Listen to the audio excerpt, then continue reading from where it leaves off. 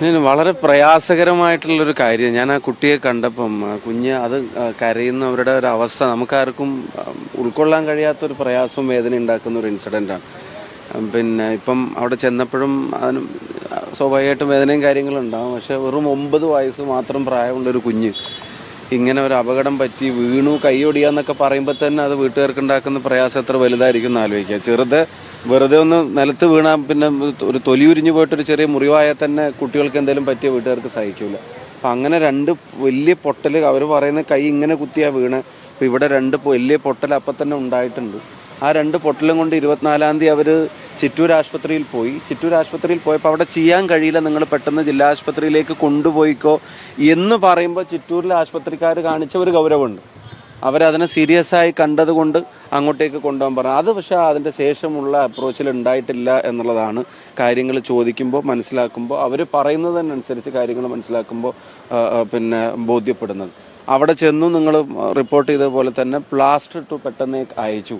അപ്പം തന്നെ ഈ മുറിവിനെ സംബന്ധിച്ചോ വേദനയെ സംബന്ധിച്ചോ ഉള്ള കാര്യമായിട്ടുള്ള പരിശോധന നടന്നോ ഇല്ലയോ എന്നുള്ളതൊരു സംശയം. ഇനി അത് പോട്ടെ, 24-ാം തീയതി പോയി 25-ന് ഭയങ്കര വേദനയായിട്ട് രാത്രി മുഴുവൻ ഉറങ്ങാതെ കുട്ടിയും കൊണ്ട് തിരിച്ചു വന്നു എന്ന് അമ്മ പറയുന്നുണ്ട്. അപ്പോൾ ആ തിരിച്ച് വന്നപ്പോഴും മരുന്ന് 5 ദിവസത്തേക്ക് കൊടുത്തിട്ട് അതൊക്കെ ഉണ്ടാവും പൊയ്ക്കോ എന്ന് പറഞ്ഞിട്ട് തിരിച്ചയക്കുമ്പോൾ ഒരു കാര്യം ആലോചിക്കുക, ആദ്യം സർക്കാർ ആശുപത്രി കൊണ്ടുപോകുന്നത്, ആ സർക്കാർ ആശുപത്രിയിൽ എടുക്കില്ല വേറെ ആശുപത്രിയിൽ കൊണ്ടുപോയിരിക്കുമെന്ന് പിന്നെയും ഒരു സർക്കാർ ആശുപത്രിയെ ഡിപ്പെൻഡ് ചെയ്യുന്നത്. ആ സർക്കാർ ആശുപത്രി പിന്നെയും ഡിപ്പെൻഡ് ചെയ്തിട്ട് വീട്ടിൽ പോയിട്ട് പിന്നെയും വേദന വന്നപ്പോൾ വീണ്ടും ആ ഗവൺമെൻറ് ഹോസ്പിറ്റലിലേക്ക് തന്നെ പോകുന്നത്, അവിടുന്ന് റെഫർ ചെയ്യുമ്പോൾ ഒരു ഗവൺമെൻറ് മെഡിക്കൽ കോളേജിലേക്ക് വരുന്നത്. ഇതൊക്കെ വരുന്നതിൻ്റെ കാരണം അവർക്ക് സാമ്പത്തികമായിട്ട് വലിയ ശേഷിയൊന്നുമില്ല. ഇത് ആദ്യത്തെ തന്നെ പ്രശ്നമാണെന്ന് തോന്നിയ വേറെ എവിടെയെങ്കിലും കൊണ്ടുപോയി ചികിത്സിക്കാനുള്ള പൈസയും സംവിധാനവും ഇല്ലാത്ത വളരെ സാധാരണ ഒരു കുടുംബത്തിന് വന്നൊരു വേദനയിൽ വളരെ ഗുരുതരമായ വീഴ്ച വന്നു എന്നുള്ള തലത്തിലാണ് അവരോട് കാര്യങ്ങളും സംസാരിക്കും. പിണറായി വിജയനും പിണറായി വിജയന്റെ തോൽവികളായിട്ടുള്ള കുറെ അന്തംഗമ്മി മന്ത്രിമാരും എല്ലാം കൊണ്ടും തോൽവികൾ മാത്രം. ശബരിമലയിൽ അയ്യപ്പന്റെ സ്വർണം ഒരു ഭാഗത്ത് നിന്ന് അടിച്ചു മാറ്റുന്ന അന്തംഗമ്മികൾ, മറ്റൊരു ഭാഗത്ത് ഭരിക്കാനും സിസ്റ്റത്തെയും കൺട്രോൾ ചെയ്യാനും കഴിയാതെ എല്ലാം ഭൂലോക തോൽവിയും പരാജയങ്ങളും ദുരിതങ്ങളും ദുരന്തങ്ങളുമായി മാറുന്ന കേരളത്തിലെ മന്ത്രിമാര്. ഷാഫി പറമ്പിൽ ഓടിയെത്തിയിരിക്കുകയാണ് പാലക്കാട്, തൻ്റെ മുൻ മണ്ഡലമായ പാലക്കാട്. ആ ചിറ്റൂരിൽ നിന്നുള്ള ഒരു സാധാരണക്കാരായ ഒരു കുടുംബം. ആ കുടുംബത്തിലെ 9 വയസ്സ് മാത്രം പ്രായമുള്ള ഒരു പെൺകുട്ടി, ഒരു കൊച്ചു മകൾ, അവരുടെ മകൾ. ആ മകൾ താഴെ വീണിട്ട് കൈ പൊട്ടുകയാണ്. കൈ പൊട്ടിയിട്ട് ഫ്രാക്ചറായ കൈയിന് പ്ലാസ്റ്റർ ഇടാൻ വേണ്ടി ആശുപത്രിയിൽ പോയിട്ട് ആ ആശുപത്രിയിൽ നടന്ന കാര്യങ്ങളാണ് ഈ ഷാഫി പറമ്പിൽ വിവരിച്ചത്. ഇപ്പോഴിതാ ആ 9 വയസ്സുകാരിയുടെ കൈ മുറിച്ച് മാറ്റിയിരിക്കുകയാണ്. നമ്മൾ എവിടെയെങ്കിലും കണ്ടിട്ടുണ്ടോ? ഈ പറയുന്ന എനിക്കും കേൾക്കുന്ന നിങ്ങൾക്കുമൊക്കെ അനുഭവങ്ങളിൽ ഒരുപാടുണ്ടാകുമല്ലോ. ഇത്തരത്തിൽ താഴെ വീണിട്ടും അല്ലാതെയും ഒക്കെ ആയിട്ട് പല രീതിയിൽ കൈയും കാലും ഒക്കെ പൊട്ടിപ്പോയവർ, ബോൺ ഫ്രാക്ചർ വന്നവർ. ഇതിനൊക്കെ നമ്മളെല്ലാവരും എന്താ ചെയ്തത്? ആ ഭാഗം മുറിച്ചു മാറ്റുകയാണോ ചെയ്തത്? അല്ലല്ലോ. അത് പ്ലാസ്റ്റർ ഇട്ട് അത് ചിലപ്പോൾ കമ്പി ഇടേണ്ടി വന്നിട്ടുണ്ടെങ്കിൽ കമ്പി ഇട്ടിട്ട് അത് ശരിയാക്കി എടുക്കുകയല്ലേ ചെയ്തിട്ടുള്ളത്. ഇതൊരു 9 വയസ്സുകാരിയുടെ അതും വലത്തെ കൈ മുറിച്ച് മാറ്റിയിരിക്കുന്നു. ഭൂലോക തോൽവിയായ ഒരു ആരോഗ്യ വകുപ്പ്. എന്നിട്ട് അതിൻ്റെ മന്ത്രി മേനി പറഞ്ഞ് ഭയങ്കര നിലപാടൊക്കെ പറഞ്ഞ് പണ്ടെങ്ങാനും ഈ മാധ്യമ പ്രവർത്തനം നടത്തിയതിൻ്റെ ഒരു പരിചയമുള്ളതിൻ്റെ അടിസ്ഥാനത്തിൽ ഇങ്ങനെ വാ തോരാതെ സംസാരിക്കാൻ അറിയാം, ഡയലോഗ് അടിക്കാൻ അറിയാം. പ്രവൃത്തി ഭൂലോക തോൽവിയായ വീണ ജോർജ് എന്ന് പറയുന്ന ഒരു മന്ത്രി. കേരളത്തിന്റെ ആരോഗ്യ രംഗത്ത് ഇത്രയധികം തോൽവികൾ നമ്മൾ ഇന്ന് വരെ കേരളത്തിന്റെ ചരിത്രത്തിൽ കണ്ടിട്ടില്ല. അത് ആരോഗ്യ രംഗത്ത് മാത്രമല്ല, കേരളത്തിന്റെ ഏത് രംഗത്തും. അതിന് ഏറ്റവും വലിയ കാരണക്കാരൻ ഈ നാട്ടിലെ പൊതുജനങ്ങളാണ്. പിണറായി വിജയൻ എന്ന് പറയുന്ന കഴിവുകെട്ട ഒരുത്തനെ കേരളത്തിന്റെ മുഖ്യമന്ത്രിയായി 2ാമത് തെരഞ്ഞെടുത്തത് നമ്മൾ അറിഞ്ഞുകൊണ്ട് ട്രെയിനിന് കൊണ്ട് ഈ തലവെച്ചതാണ്. ഇപ്പൊ അനുഭവിക്കേണ്ടി വരികയാണ് എല്ലാവരും. ഇത് അവിടെ ഇവിടെയും ഏതെങ്കിലും ഒരു സംഭവമല്ല.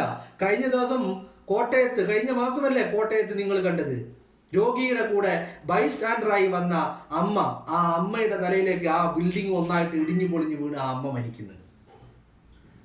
ഈ കഴിഞ്ഞ ദിവസം ഒരു യുവതിയുടെ നെഞ്ചത്ത് ശസ്ത്രക്രിയ കഴിഞ്ഞിട്ട് അതിന് ഉപയോഗിക്കുന്ന ഉപകരണം അതിൻ്റെ ഉള്ളിൽ തന്നെ വെച്ച് തുന്നിക്കെട്ടി പറഞ്ഞു വിടുന്ന ആശുപത്രികൾ. ആലപ്പുഴയിലും തിരുവനന്തപുരത്തുമൊന്നും രോഗികൾ, ശസ്ത്രക്രിയക്ക് വരുന്ന രോഗികൾ, ആ ശസ്ത്രക്രിയക്ക് വേണ്ട ഈ പറയുന്ന ഉപകരണങ്ങൾ അവർ തന്നെ വാങ്ങിക്കൊടുക്കേണ്ട ദുരവസ്ഥ. എന്താ നമ്പർ വൺ. Very good. ഇത് തന്നെ നമുക്കല്ലെങ്കിൽ ഇങ്ങനെ തന്നെ വേണം. ഈ പറയുന്ന പിണറായി വിജയനെ നമ്മൾ ഒരു വട്ടം അബദ്ധം പറ്റി, രണ്ടാമതും ആ അബദ്ധം നമ്മൾ ആവർത്തിച്ച പിന്നെ ഇതിലും വലുത് നമ്മുടെ തലയിൽ വന്ന് വീഴണമെന്നേ. അല്ലെങ്കിൽ എങ്ങനെയാ അത് ശരിയാവുന്നത്? ആരെങ്കിലും ഇത്തരത്തിലുള്ള ഭൂലോക തോൽവികളെ പിടിച്ച് നമ്മുടെ ഭരണമൊക്കെ ഏൽപ്പിച്ച ഇതല്ല, ഇതിനപ്പുറമല്ല സംഭവിക്കുകയുള്ളൂ. എന്നിട്ട് ഇപ്പോ സഖാക്കൾ മൊത്തം ഇറങ്ങിയിരിക്കുക ക്യാപ്സ്യൂളുകൾ. ഒറ്റ പറച്ചിലാണ്, ഒറ്റപ്പെട്ട സംഭവം. കേരളത്തിന്റെ അങ്ങ് കാസർഗോഡ് മുതൽ തിരുവനന്തപുരം വരെ ഇങ്ങനെ നിരന്തരമായ സംഭവങ്ങൾ ഉണ്ടാവുക, എല്ലാം ഒറ്റപ്പെട്ട സംഭവമാണ്. ആ വാക്കിന്റെ അർത്ഥം എന്താണെന്ന് ആദ്യം അറിയണ്ടേ. ഇങ്ങനെയും വൃത്തികെട്ട, കഴിവുകെട്ട തോൽവികളായിട്ടുള്ള, ഭൂലോക തോൽവികളായിട്ടുള്ള ഒരു ഭരണം നമ്മുടെ ജീവിതത്തിൽ കണ്ടിട്ടുമില്ല, ആരും പറഞ്ഞു കേട്ടിട്ടുമില്ല. നമ്മൾ കാണാത്ത കാര്യം ചിലപ്പോൾ പലരും പറഞ്ഞു കേട്ടിട്ടുണ്ടാവില്ല, അങ്ങനെ ഒരുപാട് പറഞ്ഞു കേട്ടിട്ടുമില്ല. അതാണ് യാഥാർത്ഥ്യം എന്ന് പറയുന്നത്. എന്താണെങ്കിലും ഷാഫി പറമ്പിൽ തൻ്റെ പഴയ മണ്ഡലത്തിൽ, തൻ്റെ ജന്മനാട്ടിൽ പാലക്കാട്ട് ഇത്തരത്തിലൊരു കുടുംബം, ഷാഫിക്ക് അടുത്തറിയുന്ന ഒരു കുടുംബം, സാധാരണക്കാരൻ പ്രൈവറ്റ് ആശുപത്രിയിൽ പോയിട്ട് അവിടെ പോയിട്ട് പ്ലാസ്റ്റർ ഇടാനുള്ള വകുപ്പില്ല, പണമില്ല. ആ പണമില്ലാത്തത് കൊണ്ടാണ് ഈ പറയുന്ന ഗവൺമെൻറ് ആശുപത്രികളെ അവലംബിക്കേണ്ടി വരുന്നത്. അങ്ങനെ ഗവൺമെൻറ് ആശുപത്രി ചെന്നാൽ കൈ പൊട്ടിയതിന് ആ കൈ മുറിച്ചു മാറ്റുന്ന ആശുപത്രി. എന്താണ് അവസ്ഥ? ഇതാണ് നമ്മുടെ നാട്ടിലെ സിസ്റ്റം. അമ്പേ പരാജയം. എന്നിട്ട് ന്യായീകരിക്കാൻ സഖാക്കൾ കുറെ. ഇതൊക്കെ നമ്മൾ പറഞ്ഞു കഴിഞ്ഞാൽ എന്താ പറയാന്നറിയാമോ? നമ്മൾ പറഞ്ഞിട്ട് ഉണ്ടാക്കുകയാണ് അങ്ങനെ ഒരു പ്രശ്നവും ഈ നാട്ടിലില്ല എന്നുള്ളതാണ്. ഇതാണ് നമ്മുടെ ആരോഗ്യമന്ത്രിയുടെയും സഖാക്കളുടെയും നിലപാട്. ഇതിനൊക്കെ പിടിച്ച് ആരാണ് ആരോഗ്യമന്ത്രിയാക്കിയത്?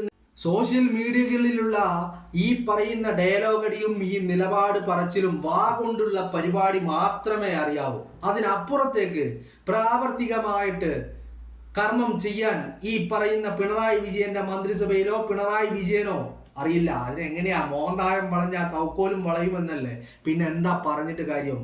ആകെ പിണറായി വിജയന്റെ ഈ ഭരണത്തിൽ, ഈ സർക്കാരിൽ ആകെ നടക്കുന്ന മര്യാദക്ക് വളരെ കാര്യക്ഷമമായി കൃത്യമായി പ്രവർത്തിക്കുന്ന ഒരു വകുപ്പ് എന്ന് പറയുന്നത് PR വർക്കുകാരാണ്. PR വർക്കുകാര് അവരുടെ പണി കറക്റ്റായിട്ട് ചെയ്യുന്നുണ്ട്. അതിന് അവർക്ക് ആവശ്യത്തിലധികം വാരിക്കോരി കൊടുക്കുന്നുമുണ്ട്. നിങ്ങൾ കണ്ടില്ല മുഹമ്മദ് റിയാസ്, മരുമോന് മുഹമ്മദ് റിയാസ് 4 റീല്, നാഷണൽ ഹൈവേയുടെ 4 റീല് ഷൂട്ട് ചെയ്ത് അപ്ലോഡ് ചെയ്യാൻ വേണ്ടി PR വർക്കുകാർക്ക് നൽകിയത് ഓരോ റീലിലും 19 ലക്ഷം വെച്ചിട്ടാണ്. ഒരു നയാ പൈസ ചെലവില്ലാണ്ട് 4 റീല് ഷൂട്ട് ചെയ്ത് ഉണ്ടാക്കാൻ പറ്റുന്നിടത്ത് ഒരു റീലിൽ നിന്ന് 19 ലക്ഷം. അങ്ങനത്തെ 4 റീലുകൾ.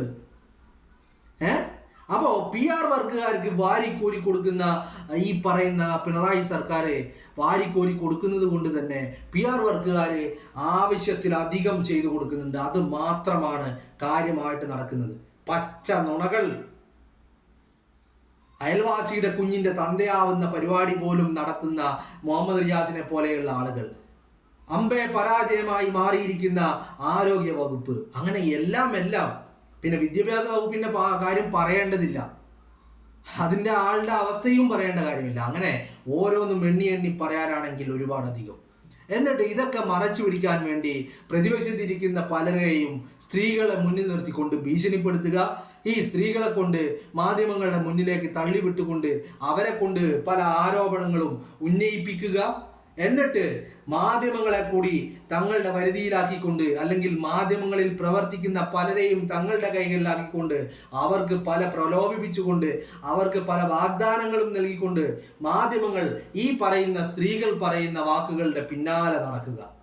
അതിനപ്പുറത്തേക്ക് മറ്റൊന്നും സംഭവിക്കുന്നില്ല. എല്ലാ അർത്ഥത്തിലും പരാജയം. ഷാഫി പറമ്പിൽ നിന്ന് വന്ന് കണ്ടിട്ട് ആ കൊച്ചുമോളെ കണ്ടിട്ട് കരച്ചിൽ സഹിക്കാൻ പറ്റുന്നില്ല എന്നാ പറയുന്നത്. ആർക്കാ സഹിക്കാൻ പറ്റുക?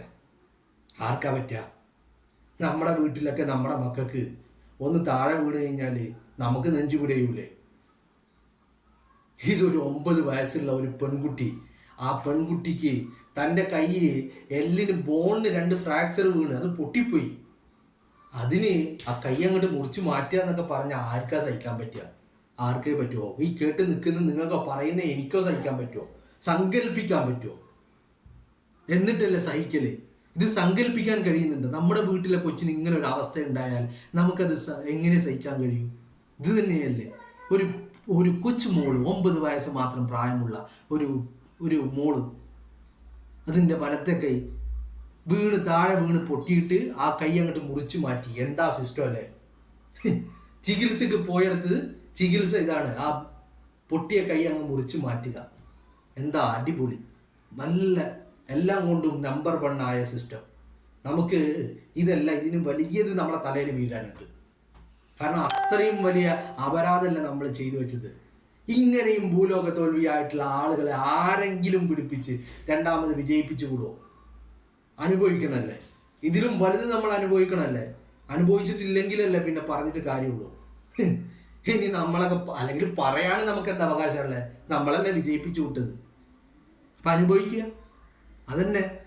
മറ്റെന്ത് പറയാനാ? അതിനിടയിൽ ഷാഫി പറമ്പിലിനെ പോലെയുള്ള ആളുകൾ വന്നിട്ട് സഹിക്കാൻ പറ്റുന്നില്ല എന്ന് പറഞ്ഞാൽ നമ്മൾ സഹിച്ചോളി എന്ന് പറയാ, അത്ര തന്നെ. അല്ലാണ്ട് എന്ത് പറയാൻ? ആർക്ക് എന്ത് ചെയ്യാൻ പറ്റും? ഒരു പൊതുമേഖലാ സ്ഥാപനം പാവങ്ങളുടെ, സാധാരണക്കാരൻ്റെ ആശ്രയമായ ഗവൺമെൻറ് ആശുപത്രികൾ സാധാരണക്കാരൻ്റെ ജീവന് തന്നെ ഭീഷണിയാവുന്ന ഒരവസ്ഥ. ഇത് കണ്ടിട്ട് നമുക്ക് എന്ത് ചെയ്യാൻ പറ്റും? ഇനി ഇതൊക്കെ പറഞ്ഞു കഴിഞ്ഞാലോ പറയുന്നവൻ കുറ്റക്കാരനാകും, ചെയ്യുന്നവനൊക്കെ ന്യായീകരിക്കപ്പെടും. അവനെയൊക്കെ സംരക്ഷിക്കാൻ മന്ത്രിമാർ തന്നെ മുന്നിൽ നിന്ന് ന്യായീകരണങ്ങൾ ഇറക്കും, ക്യാപ്സ്യൂളുകൾ ഇറക്കും. അതൊക്കെ ഏറ്റുപിടിക്കാൻ കുറേ അന്തംകമ്മികളും ഉണ്ടാവും. എന്നിട്ട് ഈ അന്തംകമ്മികൾ, ഈ മന്ത്രിമാർ പറയുന്ന ന്യായീകരണങ്ങൾ, അത് ഭൂലോക തോൽവിയായിട്ടുള്ള പച്ച നുണകൾ പറയുന്ന മന്ത്രിമാർ എല്ലെണ്ണും അതെ, MP രാജേഷും P രാജീവും വീണ ജോർജും ഇനി ഒന്നിനൊന്ന് മെച്ചം എല്ലെണ്ണും. തോൽവികൾ എന്ന് പറഞ്ഞാൽ കേരളം ഇങ്ങനെ ഒരു തോൽവികളെ കേരളം കണ്ടിട്ടില്ല. നമ്മൾക്ക് ഇതിനപ്പുറം നമുക്ക് വരാനുണ്ട്. സഹിച്ചല്ലേ മതിയാകും. എന്നാലും ആ ഒരു 9 വയസ്സുകാരിയുടെ അവസ്ഥ, കൈ പൊട്ടിയിട്ട് ആ കുഞ്ഞ്, നിങ്ങളൊന്ന് ആലോചിച്ച് നോക്ക്. ഏതെങ്കിലും പ്രൈവറ്റ് ആശുപത്രിയിലാണ് പോയതെങ്കിൽ ആ കുഞ്ഞിന് ഇപ്പോൾ ഒരു പ്രശ്നം ഉണ്ടാവില്ല, കൈയിൻ്റെ സ്ഥാനത്ത് അവിടെ ഉണ്ടായേനെ. ഇതാണ് നമ്മുടെ നാട്ടിലെ ഗവൺമെൻറ് ആശുപത്രികളുടെ അവസ്ഥ.